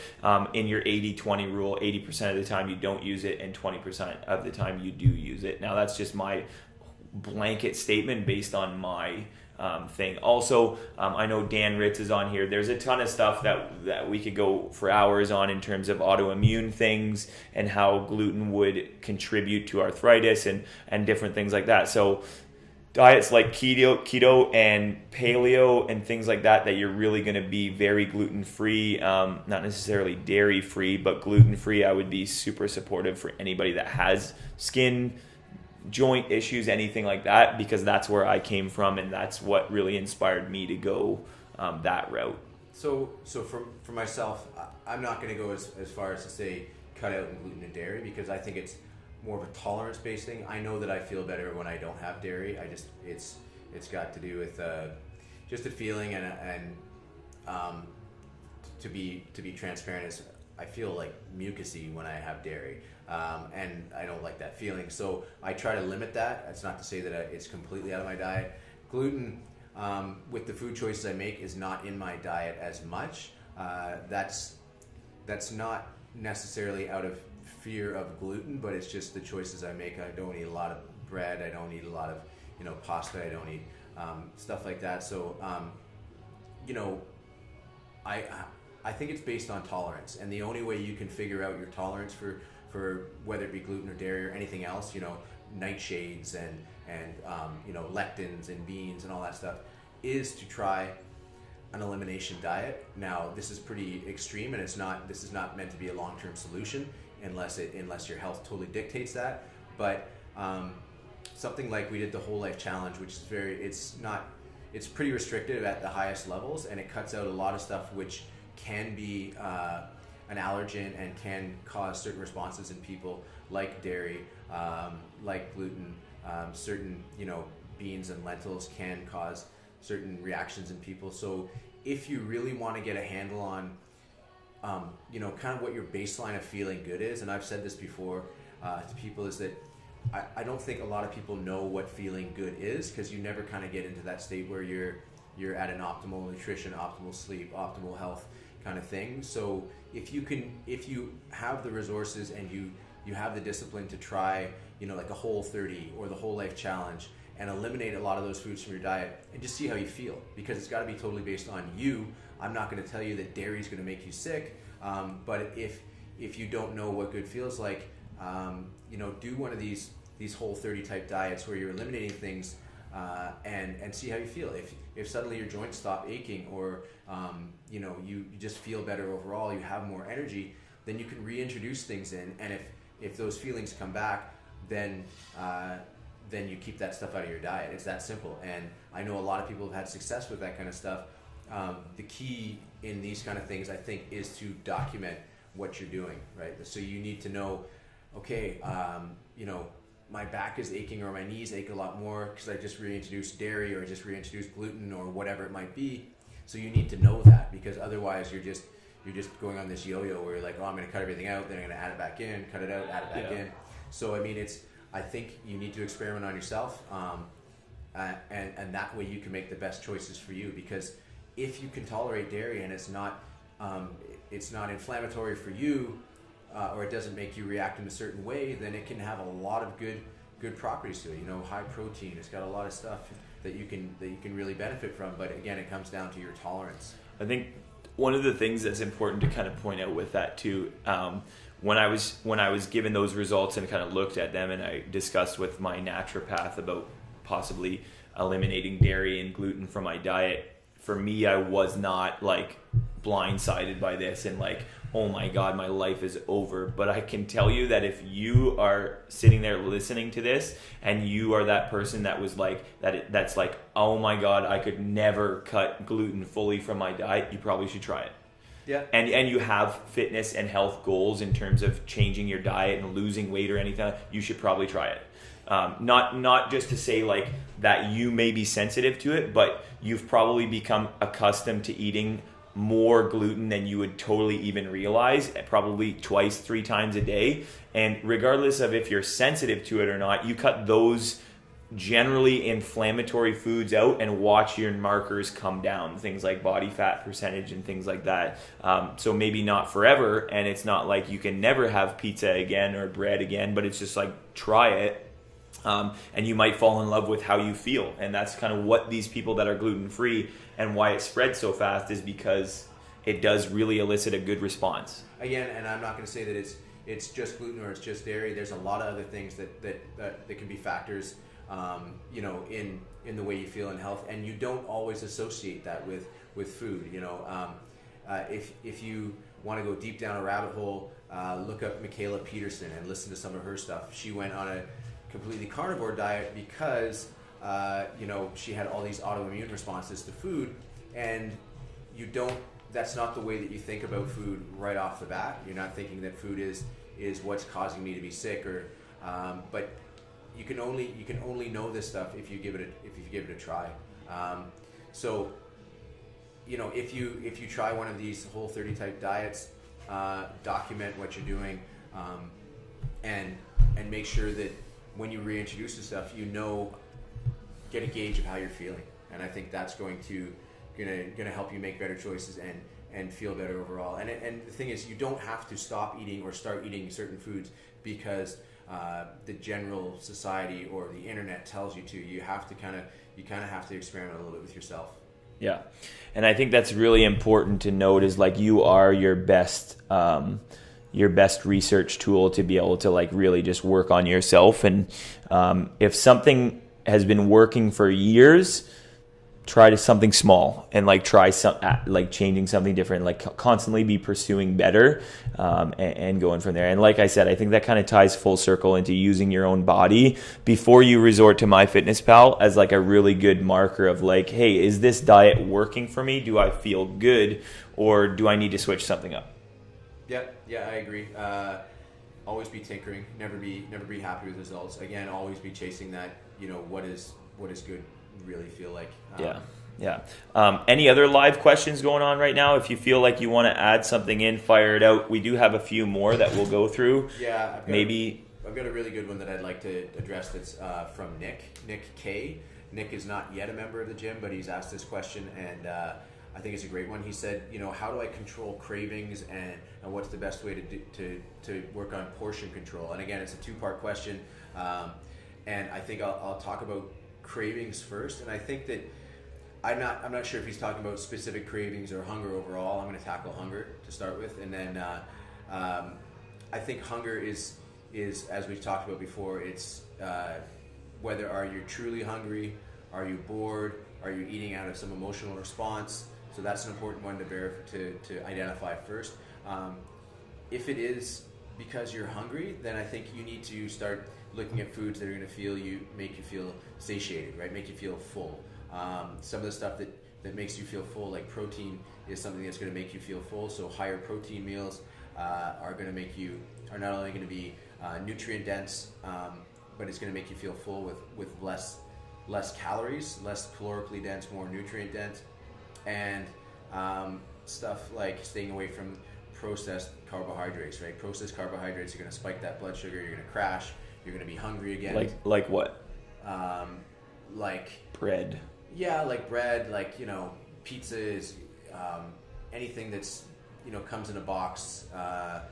Stuff that's got flour and sugar and processed industrial seed oils. All that kind of stuff is going to it's going to make you feel hungry again right after it. Where if you have something that's got protein in it, if it's got some fiber in it to slow things down, it's got some fat to slow digestion down, it's going to make you feel fuller or satiated longer, and it's going to stop you from reaching for the bag of chips and reaching for whatever that carb source is that's closest and is going to give you that instant hit of energy, but it's going to have you crash right after. Another thing that, let's move on from kind of the craving portion to portion control. A couple, there's a few strategies people use for portion control. If it's at home, maybe using a smaller plate, right? So you don't fill your plate up with food, or you do fill your plate up with food, but it's a smaller plate. That, even though it seems very simple and basic, it can really work. You can also do stuff like if you're prepping meals or taking food with you. I found these brilliant, little Ziploc Tupperware containers that I use when I pack my daughter's lunch, and it's got different size. I love those. Those are my favorite. Different size containers inside the container, or different size areas. And I know that, okay, this is the smallest one, so I'm going to put fruit in that one. And this is the second smallest one, so I'm going to put my protein source in there. And this is my biggest one, so I'm going to put my, my vegetables, my fresh vegetables in that one. And it helps you to portion out. The small one could be for fat, and the bigger one could be for protein, and the biggest one could be for vegetables. Those help a lot. Mm-hmm.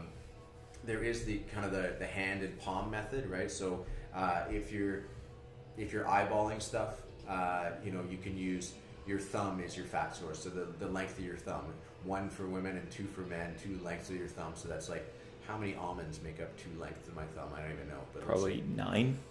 I'm going to say 10, but yes, 9 or 10. Big thumbs.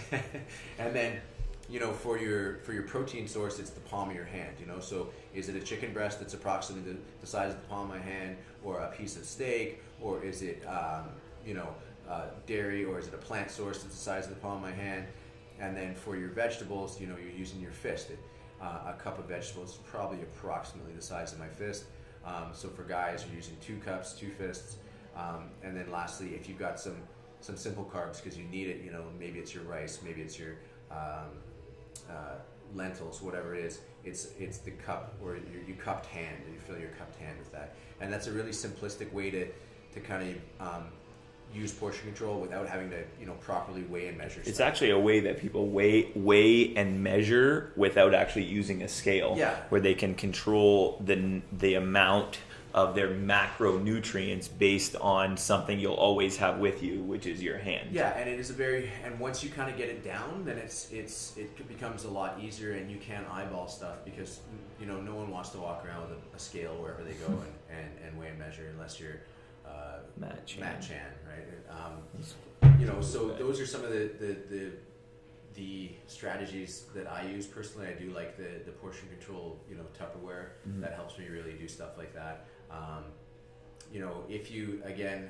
If you want to be a bit more strict on that, you can actually weigh and measure for a couple days, and then you'll have a pretty good idea after that what 6 ounces of chicken or 6 ounces of fish looks like, what a cup of vegetables look like.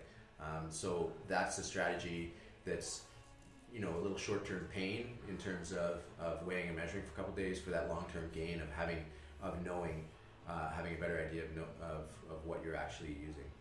Yeah.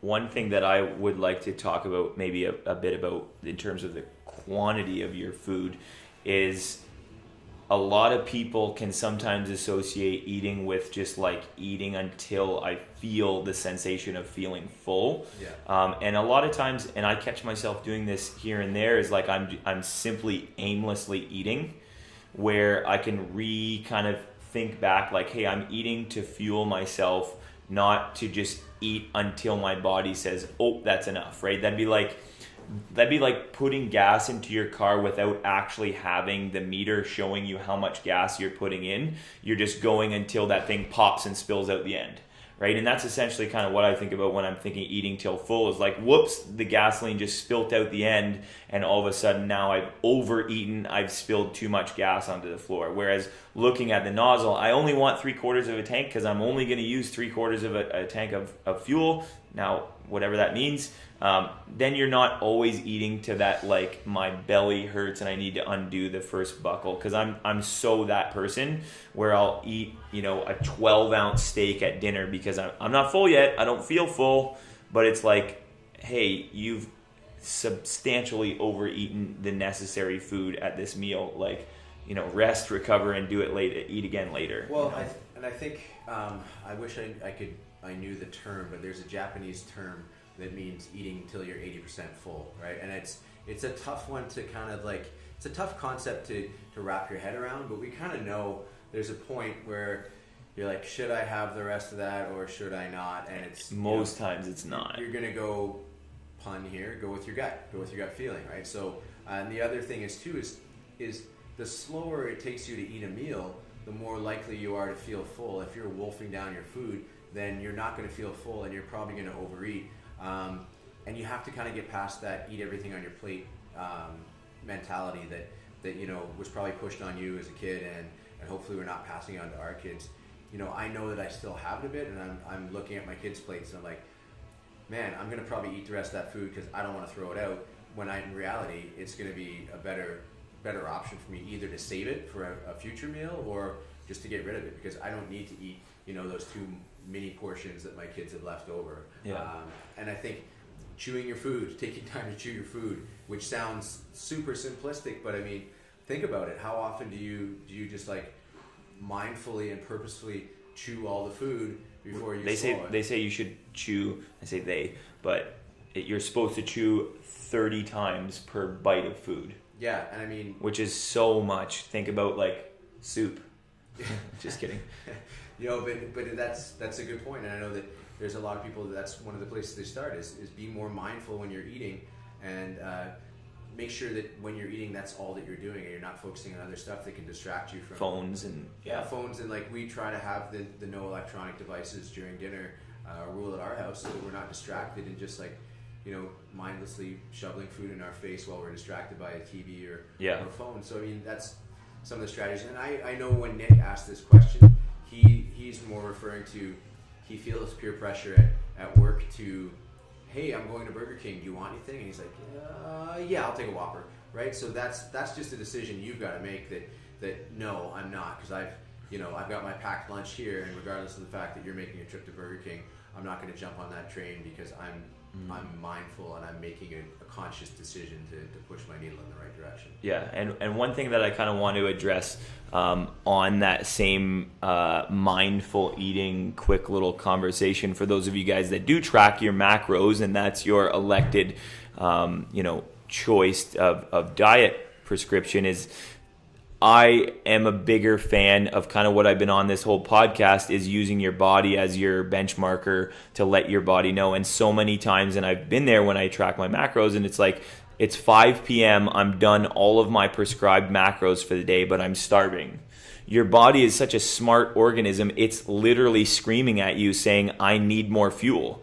Right? Now, I know that kind of is a gray area and stuff like that, but using your body to intuitively eat is something that I would prescribe for 99% of my people. That making sure when your body is hungry, eat until you're 80% full, make sure you're drinking enough water and all that kind of stuff. But then from there, then you look at tracking the numbers and saying like, restricting your calories and all that kind of stuff. Now, granted, if we're trying to lose weight, that could look different, where we need to start restricting some calories. Maybe we need to start understanding some strategies like laying your salad over a thicker bed of basically calorically negligent greens or something like that, where it's going to actually fill your belly but not take up a ton of calories. Like think of a meal. Essentially, if I'm trying to cut my caloric intake on this meal, I'm sitting down having 2 medjool dates covered in almond butter, or I'm having a pound of greens and a few tomatoes and things like that. Like, what's going to really fill my belly, which one's going to crush my macros in like 2 bites. Yeah, and I think what it boils down to, when you boil it really down, is quality really, really matters, right? Quality matters because quality usually means that you're going to eat foods that are nutrient dense and less calorically dense, right? So anything that's processed is going to be high in calories, low in nutrients. So if you choose quality, if I had to choose one thing that I was paying attention to, it would be quality, like whole unprocessed foods. And if you can do that, I think for, like you said, 99% of the population, that's going to make the biggest impact. 100%. Right? That's going to make the biggest impact on your overall health. It's just, quality first, and then start thinking about quantity. And then after that, then you can maybe dial in. I think the reality is that if, and to piggyback with you, is like, if you're going to overeat quality foods, you have worse problems. Like, you know what I mean? Like, to overeat really bad foods would be much worse than to overeat really high quality foods. So I think I'm on the same breath as you, is that I would prioritize quality over quantity. Quality, because with quality whole and processed foods, you're going to get your fiber, you're going to get your protein, you're going to get all that stuff that's going to make you feel fuller longer and slow down the digestion process, whereas the processed stuff is just going to fire right through and you're going to be hungry again. Mm-hmm. Let's this has been really long, so let's do the one more. Yeah, the last one is Steph Segan asked about plant-based protein sources and how to increase the overall protein content of her day. And I don't know what I don't know in Steph's question is the context of why she's seeking out plant-based protein sources, whether it be for certain intolerances or it be her ethics and the way that she wants to choose her protein sources because she's vegetarian or vegan. I'm not sure, but this one is one that I'm not super familiar with. I know a few things about choosing vegetarian protein sources, but again, if it was just to do with strict intolerances to dairy, and she's like, I don't like whey protein, or whey protein makes me feel bad. Well, whey's not the only choice that you have for protein if you're going that route of shakes. And we talked about you don't need a protein shake post-workout. If you can eat real food, that's going to be a better choice, and that involves all the stuff we talked about earlier. Your whole sources of meat and vegetables and all that kind of stuff. Now, if you have to have that shake, there's lots of vegan options. We carry, obviously, Great North Supplements, friend of the show, carries a couple good vegetarian or vegan options in terms of protein powders that are plant-based. The one caveat I will say is that any plant-based protein source on its own is going to be incomplete in terms of its amino acid profile. But mixing plant protein sources can give you a complete amino acid profile. So it's easily done. I know that their one protein is pea protein and brown rice, which covers all your bases. So you could do it that way. Other sources of protein, vegetarian sources, you've got your, depending on where you stand on soy, you've got your tofu and your tempeh. You've got stuff like lentils and quinoa and what am I trying to? Chia seeds, seeds, nuts. Some vegetables have lower quantities of protein, but you will still get some in. So there's options out there. It's just that when you're seeking out vegetarian sources, you need to be more cognizant of those, of where you can find that, because it's not as easy to find vegetarian sources. So you need to plan ahead. I think plan a little better. Now, if it's just getting protein up in general, then stuff like we talked about before, like if dairy is not an issue, then stuff like Greek yogurt or skyr, the Icelandic yogurt, or just yogurt in general can be a good option for that. If whey protein fits into your diet and you can do that post-workout, if that's your thing, then of course you can do that. And some of the protein sources that have kind of come up lately in the gym through different companies, and not for everybody, but cricket protein. We had bars that were sent here that were made from cricket protein, and they were delicious. And that was a source of protein that you don't get very often, but it's becoming more popular. Stuff like spirulina, which is an algae that's got a fairly high protein content. So you can get it, but again, you just have to be more cognizant of planning ahead, because it's really easy to be caught without vegetarian protein sources because they're not as plentiful or readily available, I think, as some of the other stuff. And even to take a bit of a dip here too, Paleoethics has a beef protein powder that they carry that tastes delicious and doesn't have any of the stuff that's associated with dairy, so the intolerances generally aren't there. So I mean, those are some of the options. There's lots of other ones out there. It just takes a little bit of research to kind of get those close at hand and have them around. Mm-hmm. And I think that, again, that's really kind of tied back to our original thing is like, do you necessarily need the post-workout protein shake? Because the reality is those things are a financial commitment. Like they want you to spend money on that, and there's 30 servings, generally speaking, in that box or bag, or Tupperware. You know what I mean? Like that's 30 days that you're going to use that. So in my opinion, if you can tolerate food right after, that would be my first go-to for sure. If you need readily and quickly absorbed protein right after, you can't handle the meal or you're on the run, then yeah, for sure, those protein shakes will make a difference. And just one thing, because I do drink protein shakes, and one thing that I do find it useful for is that a lot of times getting enough protein can be difficult. So general rule of thumb that kind of covers all the bases is 0.75 to 1 gram of protein per pound of body weight or lean body weight, right? So for a person like myself that's 180 pounds, I'm getting upward 150 to 175, 180 grams of protein a day, which can be tough. So sometimes I do supplement just to make sure I'm getting enough protein.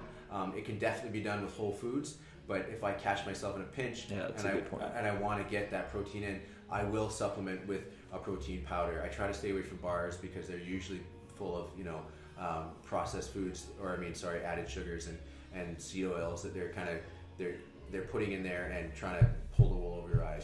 That's a good point too, because especially sometimes like late at night when you're like, oh man, I'm so shy on protein right now, but I don't have any chicken cooked, or I don't really want chicken because it's 10 p.m. right now and I already had chicken for dinner, but I'll have this chocolate shake.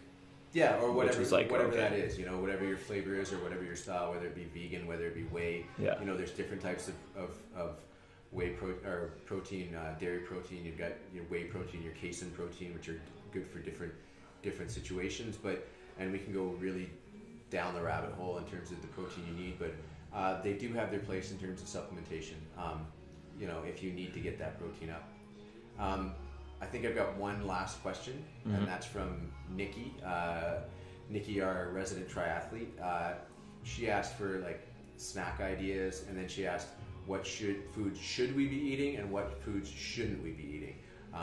So to kind of cop out on the answer here is the foods you should be eating are whole, unprocessed foods, right? There's no specific food that you should be eating that's going to be super beneficial for your health.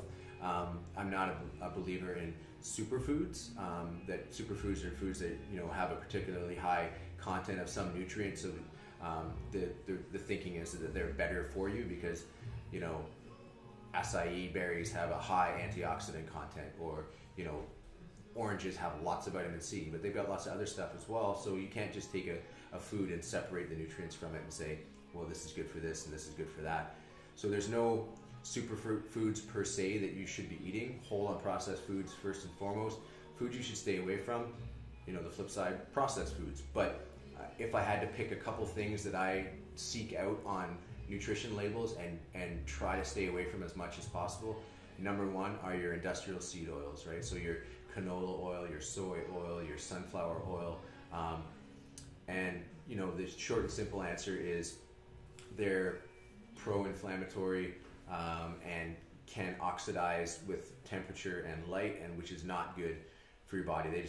Let's just put it this way: they're not good for your body. If you see canola oil on the ingredients list, drop it and run.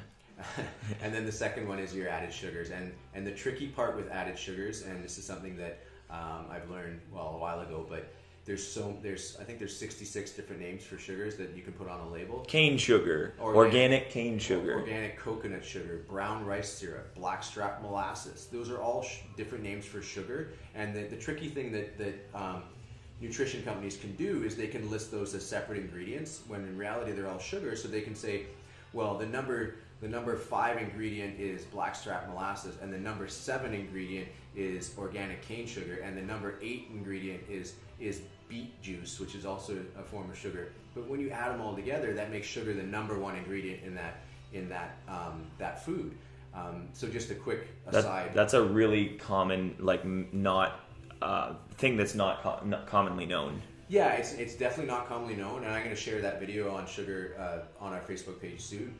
But just as an aside, so when you're reading a nutritional label, the ingredients are listed in order of how much is in that food, right? So the number one ingredient means the most, that's got the most of it in it. And the number two ingredient means it's got the number two. But again, when you can hide sugar in 4 or 5 different ingredients, it looks like there's not as much in there, when in reality... Yeah, it looks less daunting than sugar being the first ingredient on the list. Yeah, exactly, right? So those are the two things that I'm really going to try to stay away from are, the added sugars and the industrial seed oils. And it's hard. I felt like doing a live video when I was searching for a marinara, pasta sauce that had no seed oils and no sugar in it, and it took me a while until the last one that I could find. I was like, wow, this is the only one out of 10 choices that doesn't have that in it. And most processed foods are going to have those two ingredients in them. So I would say you should use that knowledge base.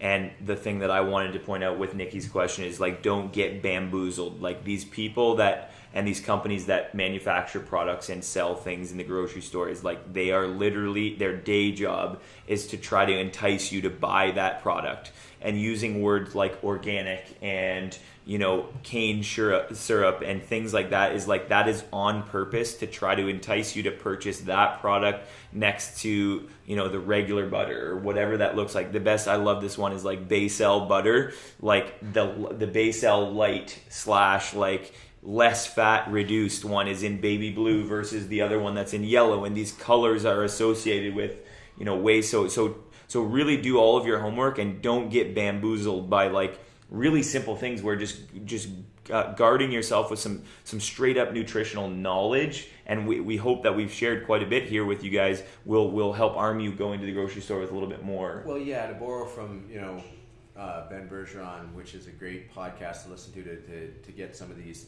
strategies, is like an organic chocolate chip cookie is still a chocolate chip cookie, right? So you're still getting the same stuff out of that cookie, the same sugars, the same fats, the same response by your body, just because they say it's organic, because it's made with organic cane sugar and organic flour and organic whatever it is doesn't make it better for you than a regular Tim Hortons chocolate chip cookie. So don't get fleeced by people that say that it's heart healthy or it's organic. There's a time and a place for stuff like that, but for the most part, food is big business, and big business needs to make profits, and they're going to do that however they need to do it. And going back to your margarine thing, I'm old enough to remember when margarine was considered the healthy choice, right? I'm glad it's come back around for butter, but I remember when we would bypass butter purposely to get to the Baysell margarine, because it was healthier for us than a natural food. A processed food is healthier than natural. Yeah, and now it's like olive oil Baysell, and it's even better than the regular Baysell. And if you look at there's mayonnaise that says olive oil mayonnaise, and there are real mayonnaises made from real sources, but then the ones that like the Hellmann's that made with olive oil, sure, it's got olive oil in it, but it's still the number one ingredient is going to be, or the number two ingredient is going to be canola oil. Another cool point with that, and we can leverage our community, when you find things like this at the grocery store, take a picture, send it on our Facebook page, and just say like, hey guys, look at this. This company says one serving is 100 grams, but then they're listing on the ingredients list that there's double the amount of sugar in it, which I see all the time, where it's like they're actually saying a serving size is 2, but what they're showing on the ingredients label is purposely the ingredients for half of a serving. Yeah, well, what's this, like I've heard this question before. What's a serving size, right? So, and this is a bad example, but if it's a bag of chips, the serving size is the bag, whether it be a small bag or a big bag. Once you open it, you're probably going to eat most of it. Yeah. Right. So when actually chips are 50 grams in a serving, just know that off the top of my head. And same with like a protein bar or whatever. A lot of times they list it as a serving is half of the bar, so it looks like, oh wow, this has 125 calories in it and only has 9 grams of sugar. When really the whole bar is 250 calories and 18 grams of sugar, which changes things a lot. And in reality, who's going to eat half a protein bar and then leave the half for later? Yeah. I don't know who you are, but if you are, you're sick. Yeah. I feel like that whole conversation of how to read ingredient labels and like what not to get bamboozled could be in and itself a podcast, like completely. Like there's so much there that there's a lot in terms of what you could look for and things like that. For sure. So, You better wrap this up. yeah, I would say this has been a lot. I need to go eat my lunch, so it's going to be whole unprocessed foods, no So sugar, hungry. no sugar added. So thanks for tuning in, guys. We really appreciate that one. That was great. Again, if you have anything there that you'd like to, pick our brains with or anything like that, feel free to drop in early to a class and have some coffee with us, and we'll shoot the breeze about anything you want to talk about, nutrition. Cool. Okay, thanks so very much. We'll see you guys next week. We will post what we're thinking on topics next week, or if you do have a suggestion of a topic, we'd love to hear from you. Dan, thanks for tuning in. We appreciate the love. Thanks, guys. Have a good day.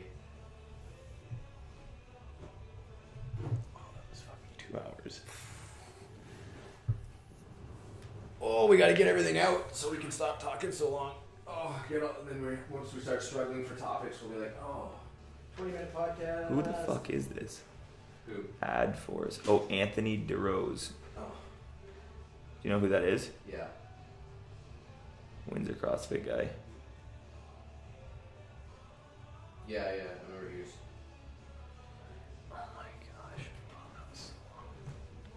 gosh. Here, I think this video actually looks cool.